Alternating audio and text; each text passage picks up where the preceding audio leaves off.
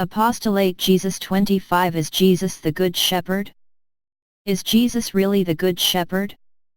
In chapter 10 of the Gospel according to St. John, Jesus says, "I am the Good Shepherd."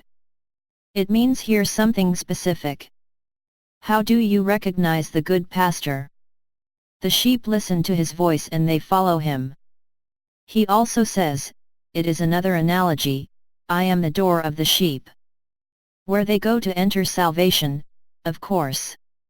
So concretely, what does this metaphor mean and how does it identify Jesus? Pastors, that is to say people who lead men, to give them the direction to follow, there are many. I would say that any teacher eventually, is somewhere a pastor for intelligence. But when it comes to the essential things of which Jesus came to speak, it is thus to say the meaning of life. What are we doing on earth? How to distinguish the good pastor from the bad shepherd? I believe that discernment is done first by the content of the message, even though some can be tricky, give an apparent content to better deceive afterwards. It exists, even among Christians. We remember Father Maciel, who had an extraordinary charisma for preaching Christ and who was also a criminal in his private life. However, his community, the Legion of Christ, still exists because, even if he was a hypocrite, he sinned, and indeed the charismatic message was really that of Christ, which means that sometimes the pastor does not have the message that corresponds to his heart. But the message itself, how do we recognize it? Well, if he is of Christ, he recognizes himself by some very precise points. First, he shows that the earth is a preparation for the true life that is in heaven. A bad shepherd will say that the earth is the goal of life. It's like a star fallen from the sky. It indicates no more the sky, but the earth. Secondly, the good pastor shows that to enter heaven, two qualities are absolutely necessary, which are not qualities highlighted by the world. These fundamental qualities are humility, a repentant heart, a poor heart, who recognizes himself as a sinner. It is fundamental. It is even on this that Lucifer fell.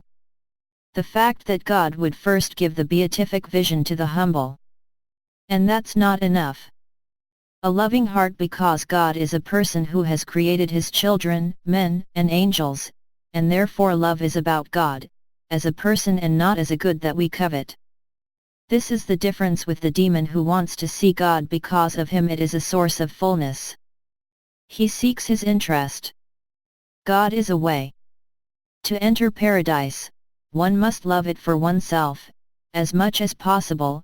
Obviously one always tends to seek out personal interest, thus we need humility which recognizes that one is a poor sinner, and to love the neighbor, because they will be with us, in paradise. Humility and love, are the two marks that show that we are in touch with the message of Christ. Of course, with that there are other things that prepare like the teaching of the truth, etc.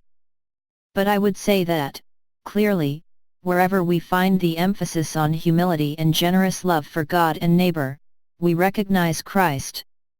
Some ask, but at the hour of death, how will we recognize Christ?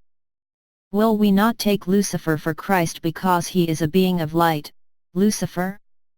No. We will not confuse, because Lucifer preaches a glory, in his alternative paradise, which is founded on the most powerful intelligence, the power to choose oneself good and evil, the nobility.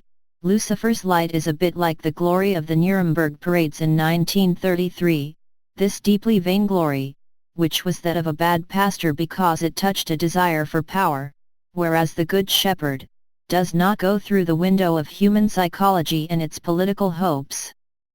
He passes directly through the door, through the spiritual soul, which is profoundly made for our God of love and humility. Some bad pastors, of course, have understood that the human being, in his deep soul, when he is of good will, seeks this God of love and humility and therefore to attract people to their sect, push a message of love and humility, and when they are so filled, they lose their discernment and starts to follow the hangman of the sect, anywhere. And this is where you have to keep your intelligence awake.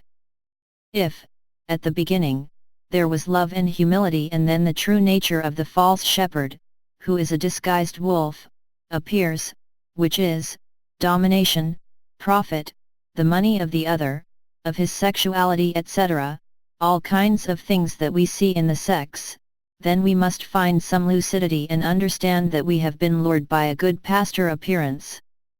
In the end, the good pastor is defined, as I said, by the following motto: heaven is our goal and humility and love are the means.